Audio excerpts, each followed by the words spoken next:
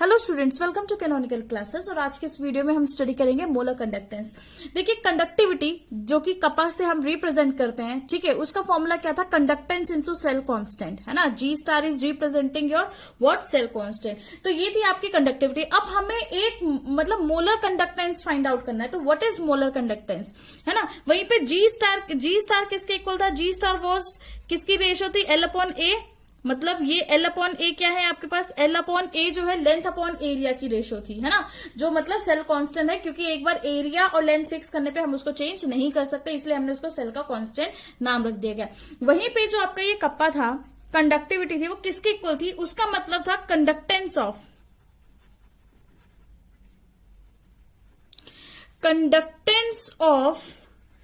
1 ml, 1 ml electrolytic solution की conductance is equal to kappa. Conductance of 1 ml electrolytic solution is your kappa. वो क्या है? आपका kappa है, ठीक है। तो अगर हमें 1 ml सॉल्यूशन की कंडक्टेंस पता है तो हम मोलर कंडक्टेंस के लिए भी वॉल्यूम निकालते हैं। तो सबसे पहले तो लिखते हैं what is a molar conductance, ठीक है। मोलर कंडक्टेंस को रिप्रेजेंट करते हैं मोलर कंडक्टेंस।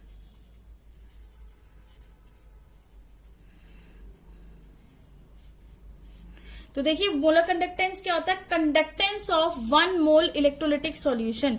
मोलर कंडक्टेंस क्या होता है? कंडक्टेंस ऑफ 1 मोल, मतलब 1 मोल जो इलेक्ट्रोलिटिक सॉल्यूशन होता है, इलेक्ट्रोलिटिक सॉल्यूशन,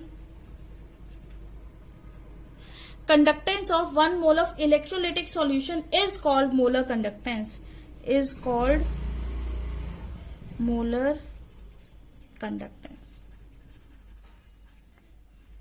ठीक है। इसको हमने क्या बोल दिया? मोलर कंडक्टेंस बोल दिया। सपोज मेरे पास एक बीकर है और इस बीकर के अंदर मैंने सॉल्यूशन डाल के रखा हुआ है अपना, है ना। ये कंटेनर ले लिया और इसके अंदर मैंने इलेक्ट्रोलिटिक सॉल्यूशन डाल दिया। तो सपोज इस इलेक्ट्रोलिटिक सॉल्यूशन की जो मोलैरिटी है उसको हम रिप्रेजेंट कर रहे हैं कैपिटल एम से। मतलब इसकी कंसंट्रेशन मैंने मोलैरिटी में ले ली और मोलैरिटी को मैंने कैपिटल एम से रिप्रेजेंट कर दिया, ठीक है। तो इसकी कंडक्टेंस को मोलर कंडक्टेंस कब बोलेंगे? जब 1 मोल सॉल्यूशन प्रेजेंट हो। मतलब इस सॉल्यूशन की मोलर कंडक्टेंस आप कब फाइंड कर सकते हैं? कब बोलेंगे कि ये मोलर कंडक्टेंस हमें इसकी निकालनी है? जब इसके पास कितना सॉल्यूशन है? 1 मोल सॉल्यूशन है। अब हमें पता है कि 1 ml सॉल्यूशन जो है ना, 1 ml सॉल्यूशन की जो कंडक्टेंस हम बोलते हैं वो क्या होता है? कप्पा होता है, ठीक है। तो इक्वल होता है कप्पा के। तो इसकी कंडक्टेंस तो इस सॉल्यूशन की, मतलब जो आपने बीकर में सॉल्यूशन नया प्रिपेयर किया है, इस सॉल्यूशन की कंडक्टेंस निकालने के लिए हम वॉल्यूम निकालते हैं। और वॉल्यूम निकाल लिया तो आपके पास कप्पा से मल्टीप्लाई कर दो और फिर फॉर्मूला बन जाएगा, है ना। तो अब देखिए, सबसे पहले तो हम लिखते हैं मोलैरिटी क्या होती है? मोलैरिटी इज इक्वल टू किसके इक्वल होती है? Number of moles of solute, number of moles of solute divided by volume in litres. यही होती है आपकी मोलैरिटी, ठीक है। तो इसको हम ऐसे भी लिख सकते हैं वॉल्यूम, क्योंकि अब मुझे वॉल्यूम फाइंड आउट करना है। यहाँ पे मुझे kappa in terms of volume given है, तो इसकी भी मुझे कंडक्टेंस निकालने के लिए किस वॉल्यूम किसमें वॉल्यूम फाइंड आउट करना पड़ेगा, ठीक है। क्योंकि एमएल में तो वॉल्यूम को पहले एमएल में करेंगे, लेकिन पहले हम वॉल्यूम तो फाइंड आउट करें कि वॉल्यूम होता क्या है। तो देखिए, V इज इक्वल टू, ये नीचे जाएगा, ये ऊपर जाएगा, N अपॉन मोलैरिटी। यही होगा कि नहीं? बिल्कुल। तो वॉल्यूम की यूनिट लीटर होती है, लेकिन जब आप 1 मोल के लिए वॉल्यूम फाइंड कर रहे हो तो यहां पे इसकी वैल्यू आ जाती है लीटर पर मोल। क्या आ जाती है? लीटर पर मोल। क्यों आ जाती है लीटर पर मोल? क्योंकि देखिए, यहां पे आप क्या ले रहे हो? यहां पर नंबर ऑफ मोल्स ले रहे हैं प्लस आप मोलैरिटी कंसंट्रेशन ले रहे हैं, ठीक है। तो लीटर तो आपका नॉर्मली वॉल्यूम ही रिप्रेजेंट करता है ना। मोलैरिटी से आपको लीटर्स ही रिप्रेजेंट कर रही है और मोल क्या रिप्रेजेंट कर रहा है? आपके नंबर ऑफ मोल्स। तो इसकी जो यूनिट हो जाएगी वो यहाँ पे क्या बन जाएगी? लीटर पर मोल बन जाएगी, लीटर पर मोल, ठीक है। ये इंपॉर्टेंट चीज है, यहाँ पे इस चीज को याद रखना। आगे हम इसी का यूज करके आगे और भी चीजें फाइंड आउट करेंगे। तो अब देखिए, kappa is conductance of 1 ml, है ना। कप्पा हमने क्या फाइंड आउट किया था? Kappa is conductance of 1 ml solution. तो जो इस इलेक्ट्रोलिटिक सॉल्यूशन का जो वॉल्यूम हमने फाइंड आउट करना है वो हमें किस में करना पड़ेगा? ml में करना पड़ेगा। तो हमें पता है 1 लीटर के अंदर 1000 ml होते हैं, ओके। तो अगर मुझे 5 लीटर सॉल्यूशन को ml में चेंज करना है तो मैं क्या करूंगी? 5 into 1000 करूंगी कि नहीं? तो क्या कितना हो जाएगा? 5000 ml, यही होगा, मतलब मल्टीप्लाई कर दिया। तो वैसे ही मैं यहां पर भी मल्टीप्लाई कर देती हूँ। मैं क्या ले लेती हूँ, क्योंकि मेरे पास n1 है, हमने यहां पर ही वैल्यू फाइंड आउट कर ली, n1 है, तो हम इसको लिख लेते हैं v is equal to 1/m into 1000। हो गया ml पर मोल, है ना। हो गया कि नहीं, बिल्कुल हो गया। तो कंडक्टेंस अगर 1 ml की कप्पा है, अब यहां पे मेन पॉइंट आता है। तो देखिए, अगर 1 ml की कंडक्टेंस हम कप्पा ले लेते हैं, conductance of 1 ml is equal to kappa, है ना। कप्पा होता है कि नहीं, तो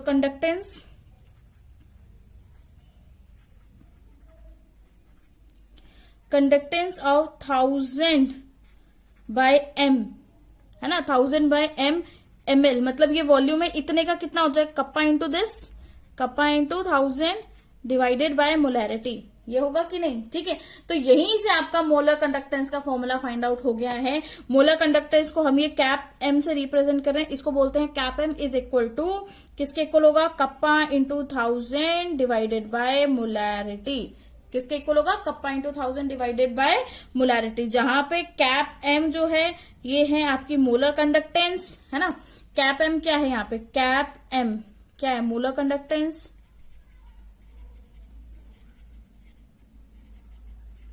cap m is your molar conductance. वहीं पे कप्पा जो है that is conductivity.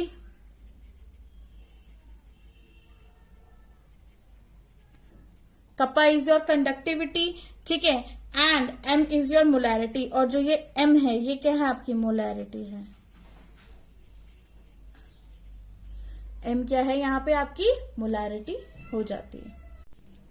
Equivalent conductance, equivalent conductance क्या होता है, जैसे मोलर कंडक्टेंस का मतलब क्या था, 1 मोल सॉल्यूशन का आपने कंडक्टेंस फाइंड आउट करना था।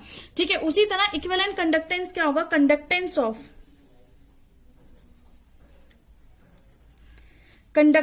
Of 1 equivalent electrolytic solution. ठीक है, मतलब एक, अगर आपके पास मोलर कंडक्टेंस पूछा जाए तो आप क्या करोगे, 1 मोल सॉल्यूशन का कंडक्टेंस बताओगे।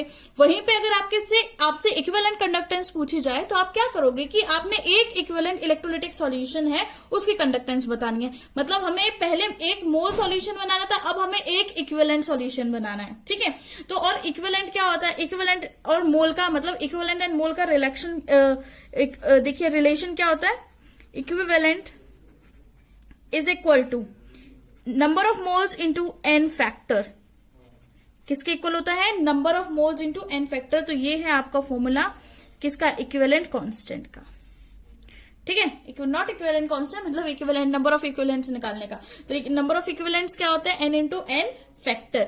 अब मतलब हमें ऐसा सॉल्यूशन तैयार करना है जिसका इलेक्ट्रोलाइट एक इक्विवेलेंट होना चाहिए, और उसका जो भी कंडक्टेंस होगा उसको बोला जाएगा इक्विवेलेंट कंडक्टेंस। तो चलिए एक बीकर ड्रॉ कर लेते हैं, और इस बीकर के अंदर जो मैंने सॉल्यूशन प्रिपेयर किया है, सपोज करिए ये जो सॉल्यूशन है ये 1 इक्विवेलेंट है, इसकी इक्विवेलेंसी कितनी है, 1 इक्विवेलेंट है। ठीक है, और इक्विवेलेंट है तो क्योंकि हम नंबर ऑफ मोल्स यूज करें तो हमने मोलैरिटी में कंसंट्रेशन ली थी। अब हम यहाँ पे ग्राम इक्विवेलेंट ले रहे हैं, तो हम इसको किसमें लेंगे, नॉर्मेलिटी। किसमें लेंगे, नॉर्मेलिटी। एक ही तो कंसंट्रेशन टर्म है जो हम इक्विवेलेंट टर्म्स में डिफाइन कर पाते हैं। ठीक है, तो देखिए नॉर्मेलिटी का फॉर्मूला क्या होता है, normality is equal to equivalent of solute, जो नंबर ऑफ इक्विवेलेंट है सॉल्यूट के डिवाइडेड बाय वॉल्यूम, जो कि आपको किस में लेना है, लीटर्स के अंदर लेना है। तो अगर आपको यहां से वॉल्यूम फाइंड आउट करना है तो वॉल्यूम आप कैसे निकालोगे, volume is equal to equivalent mass जो of solute divided by normality, है ना। मैं अगेन सॉल्यूट रिपीट नहीं कर रही हूँ। क्यों नहीं रिपीट कर रही हूँ, क्योंकि मैंने एक बार आपको ऊपर बता दिया है। ठीक है, तो बार बार लिखने से अच्छा, अब आप इतने समझदार हैं, खुद पता आपको लग ही जाएगा। तो इक्विवेलेंट मास अपॉन नॉर्मेलिटी, है ना, जिसको अब इक्विवेलेंट मास हमने क्या लिया है, 1 इक्विवेलेंट लिया हुआ है, तो V is equal to 1/n। ये बनेगा आपके पास, क्या बनेगा, V is equal to 1/n, और यूनिट हो जाएगी इसकी, वहां पे क्या थी, लीटर पर मोल, तो यहाँ पे क्या यूज कर रहे हैं, इक्विवेलेंट, तो ये क्या हो जाएगी, यूनिट क्या हो जाएगी इसकी, unit is equal two litre पर इक्विवेलेंट, है ना, ये हो जाएगी कि नहीं। तो अब देखिए वॉल्यूम क्या होता है टोटल आपके पास, अगर हमें वॉल्यूम निकालना है ml, लीटर्स में है, लीटर्स को ml में चेंज करने के लिए 1000 से मल्टीप्लाई, तो इसको 1000 से मल्टीप्लाई कर दो, V is equal to 1/n into 1000। ठीक है, तो ये आपके पास क्या आ गया, ml पर इक्विवेलेंट। इक्विवेलेंट आ गया। ओके, तो अगर 1 ml देखो, 1 ml किसके इक्वल है? कप्पा के इक्वल है ना। तो 1000 अपॉन n ml किसके इक्वल होगा? Kappa into 1000 divided bye n। This is your normality. ठीक है, तो इसको रिप्रेजेंट करने के लिए हम क्या यूज करते हैं? हम कैप इक्विवेलेंट यूज करते हैं, is equal to kappa into 1000 upon normality, is equal to kappa into 1000 upon normality. किसके इक्वल हो जाएगा? कप्पा इंटू 1000 अपॉन नॉर्मेलिटी के इक्वल हो जाएगा। और यहां से आप फाइंड आउट कर सकते हो, यही आपका फॉर्मूला है कि क्या फाइंड आउट करने के लिए? मोलर इक्विवेलेंट कंडक्टेंस को फाइंड आउट करने के लिए। ठीक है, अब नेक्स्ट हम डिस्कस कर लेते हैं यूनिट इक्विवेलेंट कंडक्टेंस की। पहले यूनिट डिस्कस कर लेते हैं। तो यूनिट्स देखिए इक्विवेलेंट कंडक्टेंस की क्या होंगी। Now let us find the units of equivalent conductance and molar conductance। तो देखिए equivalent conductance का फॉर्मूला क्या था? Cap equivalent is equal to kappa into 1000 divided by normality, है ना, क्योंकि इक्विवेलेंट हम इन टर्म्स ऑफ नॉर्मेलिटी ही डिस्कस करते हैं, इजंट इट? बिल्कुल। तो कप्पा की जो यूनिट थी दैट वाज साइमन। कप्पा की यूनिट क्या थी? साइमन सेंटीमीटर इनवर्स, है ना। वहीं पर हमारे पास इसकी यूनिट 1000 अपॉन नॉर्मेलिटी की जो मैंने आपको यूनिट बताई थी वो हमने क्या बताई थी? ml डिवाइडेड बाय इक्विवेलेंट, है ना, यही थी ml पर इक्विवेलेंट। तो यहां से जो हमारे पास यूनिट निकल के आएगी वो क्या आएगी? Simon centimetre. तो ml जो होता है ना, देखिए 1 ml is equal to 1 cc, और जो 1 cc होता है वो 1 सेंटीमीटर क्यूब के इक्वल होता है कि नहीं? बिल्कुल होता है। तो अब आप क्या करेंगे? ml की जगह 1 सेंटीमीटर क्यूब डाल दो, तो ये क्या हो जाएगा? सेंटीमीटर क्यूब अपॉन इक्विवेलेंट, यही होगा। ठीक है, तो ये सेंटीमीटर इनवर्स था, इससे ये कैंसिल हो जाएगा, तो आपके पास यूनिट निकल के आएगी साइमन सेंटीमीटर पावर -2। आगे क्या हो जाएगा? Equivalent inverse. ठीक है, -2 नहीं 2, क्योंकि ये इस तरह से होगा ना। देखो ये आया कैसे, ध्यान देना जरा।